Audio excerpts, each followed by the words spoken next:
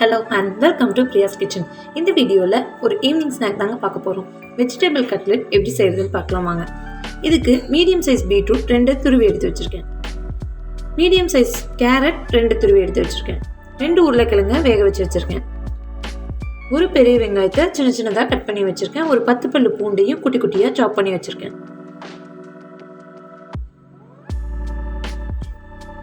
இப்போ ஒரு கடாயை அடுப்பில் வச்சு கொஞ்சமாக எண்ணெய் ஊற்றிக்கிறேன்.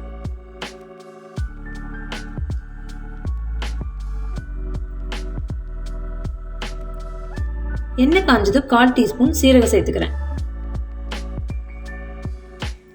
சாப் பண்ணி வச்சிருக்க பூண்டு சேர்த்துக்கிறேன். பூண்டு நல்லா ஃப்ரை ஆனதும் கட் பண்ணி எடுத்து வச்சிருக்க ஒரு பெரிய வெங்காயத்தை சேர்த்துக்கிறேன்.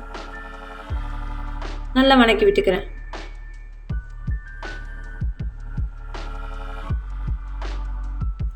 வெங்காயம் வணங்கிடுச்சு. இப்போ துருவி எடுத்து வச்சிருக்க பீட்ரூட் சேர்த்துக்கிறேன்.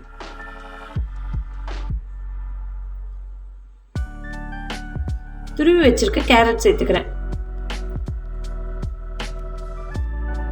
சேர்த்துட்டு நல்லா கலந்து விட்டுக்கிறேன்.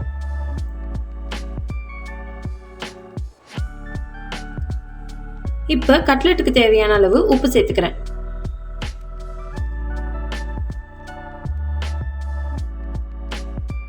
ஒன்றரை டேபிள் ஸ்பூன் கரம் மசாலா சேர்த்துக்கிறேன். நல்லா கலந்து விட்டுக்கலாம்.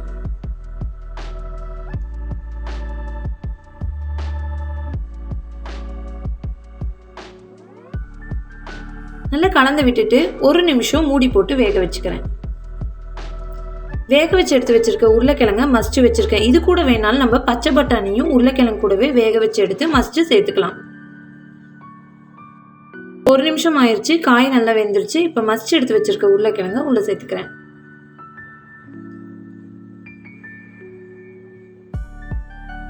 சேர்த்துட்டு நல்லா கலந்து விட்டுக்கிறேன்.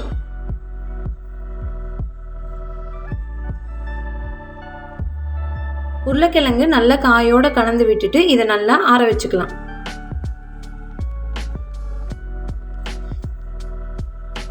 இப்போ ஒரு கிண்ணியில 1/2 டேபிள் ஸ்பூன் மைதா மாவு சேர்த்துக்கிறேன். 1/2 டேபிள் ஸ்பூன் அரிசி மாவு சேர்த்துக்கிறேன்.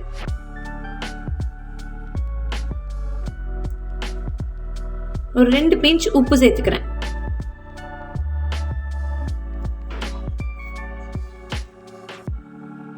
ஒரு ஸ்பூன் சர்க்கரை சேர்த்துக்கிறேன்.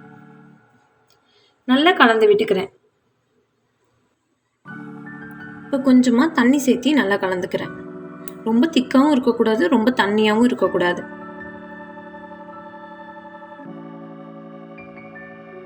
நல்லா கலந்தாச்சு. இப்போ பிரெட் க்ரம்ஸ்க்காக ஒரு பேக்கெட் ரஸ்கை உடச்சி மிக்சியில் போட்டு பவுடர் பண்ணி எடுத்துக்கிறேன்.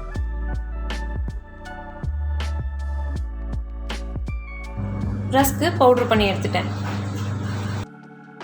காயில் நல்லா ஆறிடுச்சு. 1 ஸ்பூன் கடல மாவு சேர்த்துக்கிறேன். கடல மாவு சேர்த்ததுனால ஒரு நல்ல பைண்டிங் கிடைக்கும். நல்லா கலந்து விட்டாச்சு. இப்போ ஒரு தோசைக்கல் அடுப்பில் வச்சு கொஞ்சமாக எண்ணெய் ஊற்றி நல்லா காய வச்சுக்கலாம். இப்போ எண்ணெய் காயறதுக்குள்ளே நம்ம கட்லெட்டுக்கு தேவையான சைஸில் உருண்டை பிடிச்சி எடுத்து வச்சுக்கிறேன்.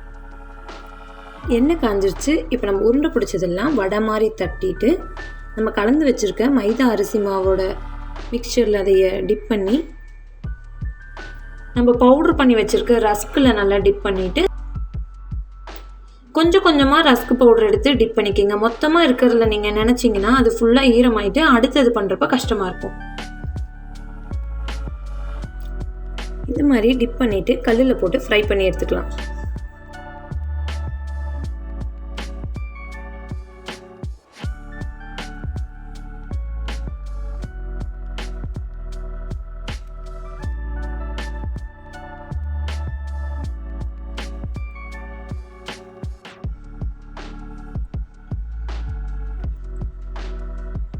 இதே மாதிரியே எல்லாமே போட்டுக்கிறேன்.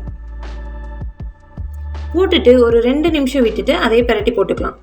மீடியம் ஹீட்டில் வச்சே பண்ணலாம். ஃபுல் ஸ்பீடாக வச்சோம்னா தீஞ்சு போயிடும்.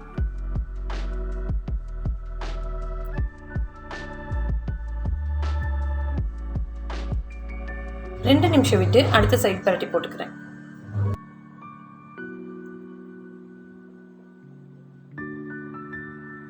2 வாட்டி 2 பக்கமாக பரட்டி போட்டுட்டு நல்லா இந்த அளவுக்கு ஃப்ரை ஆன உடனே நம்ம கட்லெட் சூப்பராக ரெடி ஆயிடும்.